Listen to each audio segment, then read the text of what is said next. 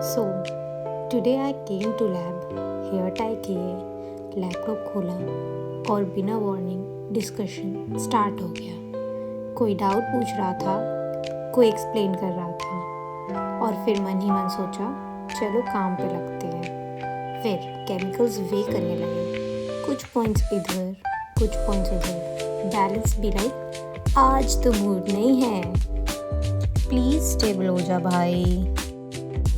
फिर ढूंढे अपने केमिकल्स जो हमेशा लास्ट सेल्फ, लास्ट कॉर्नर और लास्ट होप पे मिलते हैं। न्यू केमिकल्स को ओपन करा, नाम लिखा और डेट लिखी।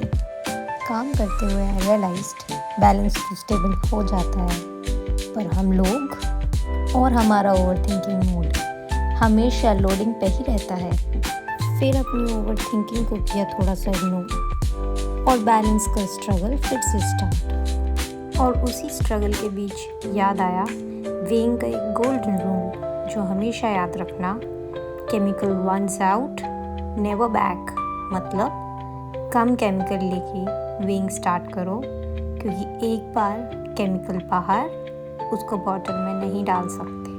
उसके बाद हुआ actual scientist mode on, serious outside, confused inside.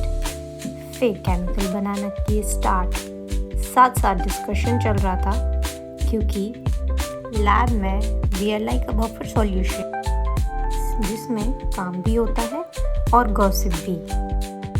CSIR lab ने एक चीज़ तो पक्का सिखा दी, शॉर्टकट नहीं, सिर्फ प्रोसेस ही काम करता है। फिर करें केमिकल्स बनाना स्टार्ट।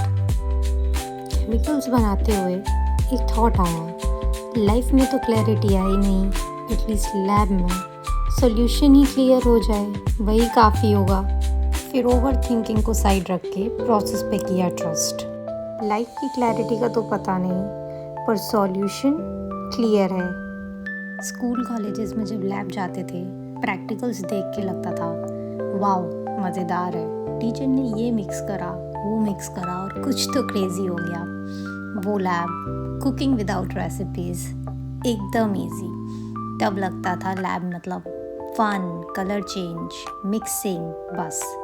पर अब समझ आया उस मज़े के पीछे कितना दिमाग लगता है, कितनी सिंसेरिटी चाहिए।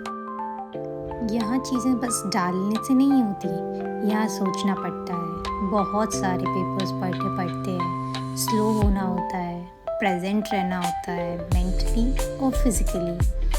ओवर एक्साइटेड होना अलाउड नहीं है और ओवर केयरफुल होना कंपलसरी है।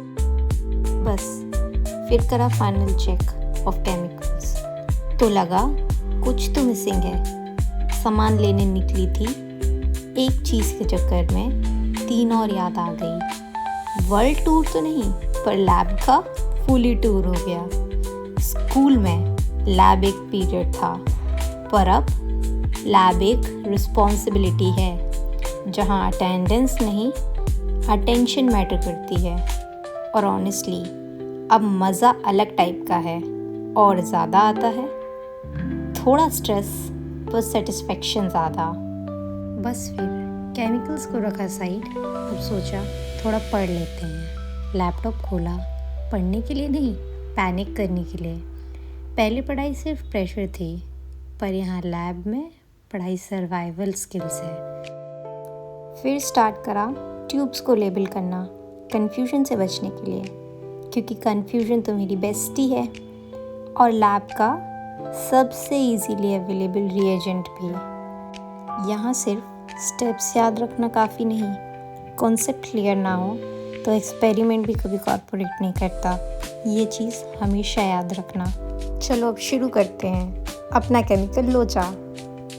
फनी लगता है पर ये सच है, CSIR लैब ने सिखाया, सिर्फ पढ़ना नहीं, समझ के अप्लाई करना और रिस्पॉन्सिबल रहना भी, क्योंकि गलती सिर्फ मार्क्स नहीं डाटा को भी बिगाड़ देती है। यहाँ आके समझ आया knowledge is equal to confidence.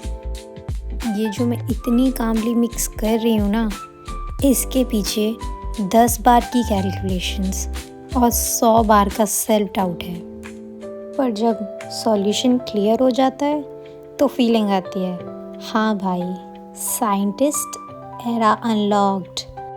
बस यही है लैब लाइफ, थोड़ी साइंस, थोड़ा स्ट्रेस और बहुत सारी नॉलेज। अब सब रेडी लग रहा था तो फुल कॉन्फिडेंस के साथ स्पेक्ट्रो को करा ऑन। मशीन ने मुझे देखा, मैंने देखा मशीन को, और दोनों ने म्यूचुअली डिसाइड करा एक दूसरे को टाइम देने का। इस इंक्यूबेशन टाइम में लैब में हुई फुल ऑन गॉसिप, जिसका रिजल्ट था 100% गॉसिप, 0% शर्म के साथ। लोग सोचते हैं लैब लाइफ बोरिंग और स्ट्रेस्ड होती है, पर सच बोलूं लैब लाइफ एक्चुअल में बहुत फन होती है। कभी यहाँ सॉल्यूशंस बन रहे होते हैं, कभी जोक्स, कभी डाटा सीरियस होता है तो कभी हम। यहाँ टीम वर्क सिर्फ एक्सपेरिमेंट तक लिमिटेड नहीं, मोटिवेशन शेयर होती है, स्ट्रेस हाफ हो जाता है। लैब लाइफ का यही मैजिक है, प्रेशर भी है पर पॉजिटिविटी उससे भी ज़्यादा।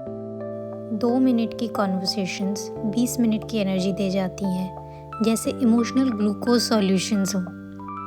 मेरी फाइनल ऑब्जर्वेशन थी, एक्सपेरिमेंट स्टेबल, गॉसिप अनस्टॉपेबल और इंक्यूबेशन टाइम ओवर।